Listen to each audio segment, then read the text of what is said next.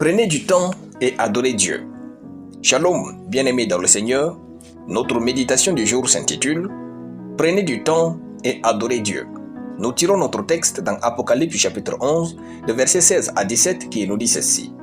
« Et les 24 vieillards qui étaient assis devant Dieu sur leur trône se prosternèrent sur leur face et ils adorent Dieu en disant « Nous te rendons grâce, Seigneur Dieu Tout-Puissant, qui est et qui était, de ce que car tu as saisi ta grande puissance et pris possession de ton règne. Gloire à Dieu. » Les 24 vieillards n'ont pas chanté, mais le texte dit qu'ils ont adoré Dieu.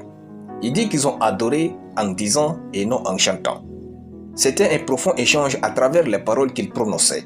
Voici comment les 24 vieillards ont adoré Dieu. Se prosterner et proclamer qui Dieu est.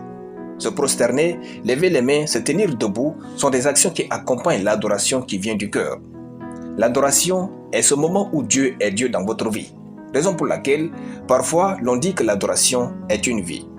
En fait, c'est ce moment où vous arrêtez tout pour Dieu et rien ne doit avoir de sens que Dieu et Dieu seul. Durant l'adoration, votre nom, votre position, vos problèmes et vos voisins ne sont pas importants. Dieu seul compte dans l'adoration. Si vous réussissez à vous concentrer sur Dieu, vous allez toujours lui offrir la meilleure adoration de votre vie. L'adoration est l'attitude du cœur confessant par la bouche la souveraineté de Dieu. Cette attitude a poussé les vieillards à se prosterner. Vous devez reconnaître que Dieu est souverain et tout-puissant, c'est pourquoi vous l'adorez. Si vous ôtez la souveraineté de Dieu de votre adoration, ce n'est plus de l'adoration.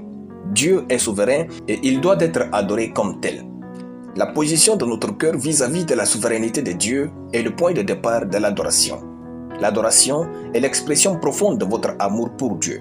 Que vous entonniez un chant ou que vous viviez votre vie, dans l'adoration, vous ne retenez rien en vous. Vous exprimez tout l'amour que votre être contient par vos paroles. Vous exprimez tout votre amour à Dieu.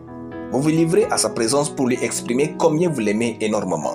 Quand il s'agit de l'adoration, rappelez-vous que ce n'est pas pour votre plaisir, mais celui de Dieu. Entrez dans cette nouvelle année 2025 en adorant Dieu. Alléluia. Nous allons prier.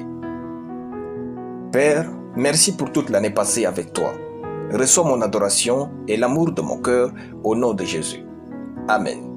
La lecture biblique en une année, Apocalypse chapitre 12 à Apocalypse chapitre 22. Soyez bénis, c'était le pain du ciel.